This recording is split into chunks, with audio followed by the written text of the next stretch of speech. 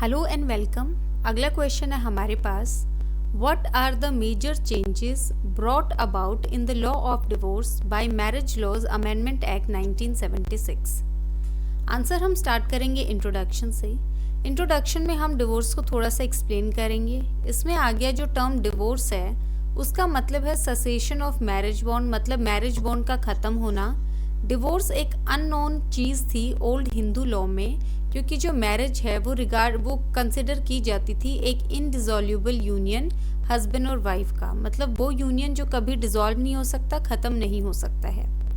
Although जो textual Hindu law है वो कॉन्टम्पलेट नहीं करता है डिवोर्स को, येट ये देखा गया है कि इसको रिकॉग्नाइज किया गया था एक इस्टेब्लिश्ड कस्टम, तो इसका जो है फोर्स होगा लॉ का। तो अगर ये कस्टम में इन्वॉल्व किया गया है तो इसका फोर्स ऑफ लॉ होगा, ये लॉ माना जाएगा। फॉर इंस्टेंस कस्टम जो है, डिवोर्स का जो कस्टम है वो एग्जिस्ट करता था लोअर कास्ट जो हैं, जैसे कि शूद्रास हिंदूज के बीच में मणिपुर में। तो प्रॉपर मणिपुर में जो शूद्रास हैं उनके बीच में जो डिवोर्स का कॉन्सेप्ट था वो एग्जिस्ट करता था। In Bombay, Madras and Saurashtra it was permitted by legislation. तो इन तीनों में जो है ये लेजिस्लेशन के थ्रू, मतलब कोर्ट के थ्रू ही लिया जाता था। ये जो कस्टम्स हैं ये अभी भी वैलिड हैं, किसके थ्रू? जो सेक्शन हमारे पास 29 क्लोज 2 है हिंदू मैरिज एक्ट का, उसमें जो है अभी भी जो ये कस्टम्स हैं ये वैलिड हैं। फिर आ गया हिंदू मैरिज एक्ट 1955। जो हिंदू मैरिज एक्ट है 1955 उसने इंट्रोड्यूस किया वाइटल और डायनामिक चेंजेस हिंदू लॉ में मैरिज और डिवोर्स को लेके। उसने ले डाउन किया प्रोविजंस डिवोर्स के कुछ सर्कमस्टांसेस के अंडर जो प्रोवाइड किए गए हैं सेक्शन 13, 13B और 14 के अंदर। जो सेक्शन 13 और 13B है वो ले डाउन करता है ग्राउंड्स जो हैं डिवोर्स के, और जो सेक्शन 14 है वो लिमिट करता है राइट जो है ऑब्टेन करने के लिए डिवोर्स।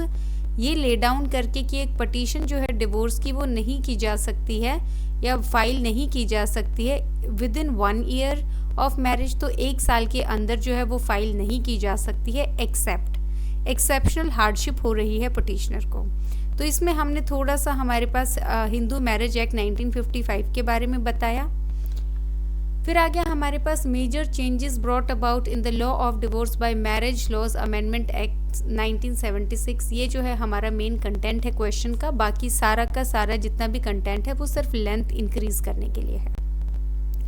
इसमें आ गया कि जो फॉलोइंग मेन चेंजेस हैं ये इंट्रोड्यूस किए गए हैं मैरिज लॉज अमेंडमेंट एक्ट 1976 के द्वारा, जो रिलेट करते हैं डिवोर्स से। इसमें आ गया जो ग्राउंड है डिवोर्स का वो सिंपल कर दिया गया है, और अब एक एक्ट जो ग्राउंड है अडल्ट्री का वो सिंपल कर दिया गया है, और अभी एक सिंगल एक्ट जो है अडल्ट्री की वो भी कॉन्स्टिट्यूट कर सकती है, वो सफिशिएंट ग्राउंड होगी डिवोर्स के लिए अंडर सेक्शन 13(1) सब close 1 of Hindu marriage act. तो पहला चेंज हमें अडल्ट्री को लेके किया है। पहले जो है कॉन्टिन्यूस अडल्ट्री होनी ज़रूरी थी, अभी अगर सिंगल एक्ट भी कर दी है अडल्ट्री की तो वो जो है सफिशिएंट ग्राउंड होगा डिवोर्स के लिए। दूसरा है हमारे पास क्रुएलिटी और डिजर्शन को लेके।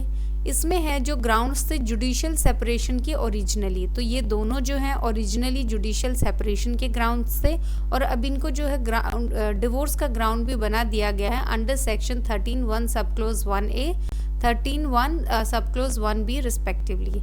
तो पहले जुडिशियल सेपरेशन के ग्राउंड थे, अभी डिवोर्स के ग्राउंड्स हैं। तीसरा आ गया हमारे पास जो मिनिमम पीरियड जो प्रिस्क्राइब किया गया था दूसरे ग्राउंड्स के लिए, जैसे लेप्रेसी और वनरल डिजीज एटसेट्रा के लिए, उसको ओमिट कर दिया गया है फैसिलिटेट करने के लिए डिवोर्स को बिना किसी ऑर्डिनेट डिले के। तो इसमें हमारे पास ये प्रोविजंस है सेक्शन 13(1) सब क्लोज 4 एंड सब क्लोज 5। हाउएवर जो लेप्रेसी है ग्राउंड ऑफ डिवोर्स उसको ओमिट कर दिया गया है पर्सनल लॉज अमेंडमेंट एक्ट 2019 के द्वारा। तो नेक्स्ट चेंज हमारे पास लेप्रेसी और वनरल डिजीज़ को लेके है कि उनका जो टाइम पीरियड है, जो लिमिटेशन पीरियड है वो ख़त्म कर दिया गया है, और लेप्रेसी जो है उसको रिमूव कर दिया गया है as ground of divorce. Fourth आ गया कोर्ट जो है उसने पावर दी है एक्सरसाइज करने की अपना डिस्क्रिशन पटिशंस जो है डिवोर्स की ग्रांट करने के लिए कोई भी ऑल्टरनेटिव रिलीफ कुछ सर्कमस्टांसेस के अंडर सेक्शन 13A जो है एक्ट का। तो जैसे डिवोर्स के लिए कोई पटिशन फाइल की गई है तो वहाँ पे जुडिशियल सेपरेशन भी जो है दिया जा सकता है, तो इसमें ऑल्टरनेटिव रिलीफ भी दिया जा सकता है। फिफ्थ आ गया जो पार्टीज हैं अब वो ऑब्टेन कर सकती हैं जो डिक्री है डिवोर्स की प्रेजेंट करके एक petition after 1 year of their marriage, that is section 14 of the act. तो जो टाइम पीरियड है हमारे पास वो 1 साल है कि मैरिज के 1 साल के बाद जो है पिटीशन फाइल की जा सकती है। एक वाइटल चेंज किया गया है प्रोवाइड करके divorce by mutual consent parties के बीच में अंडर सेक्शन 13B जो है एक्ट 1955 का। तो जो म्यूचुअल कंसेंट है वो हमारे पास 6th मेजर चेंज है जो किया है इस अमेंडमेंट एक्ट ने। तो यहाँ पे अगर आपको चीज़ें याद रखनी है तो आपको कीवर्ड्स याद रखने हैं, जैसे अडल्ट्री हमारा फर्स्ट कीवर्ड है, फिर क्रुएलिटी और डिजर्शन में है, और जुडिशियल सेपरेशन इसके साथ याद करेंगे कि इसका ग्राउंड था। फिर आ गया हमारे पास लेप्रेसी और वनरल डिजीज़ हमारे पास। फिर आ गया इसमें हमारे पास ऑल्टरनेटिव रिलीफ कीवर्ड है। नेक्स्ट आ गया 1 ईयर ऑफ मैरिज कीवर्ड है। फिर आ गया हमारे पास म्यूचुअल कंसेंट, ये कीवर्ड है। आप कीवर्ड्स ज़रूर याद रखिए, 6 कीवर्ड्स आप याद रखेंगे, उसके बाद जो है आप उसको अपनी लैंग्वेज में भी लिख सकते हैं।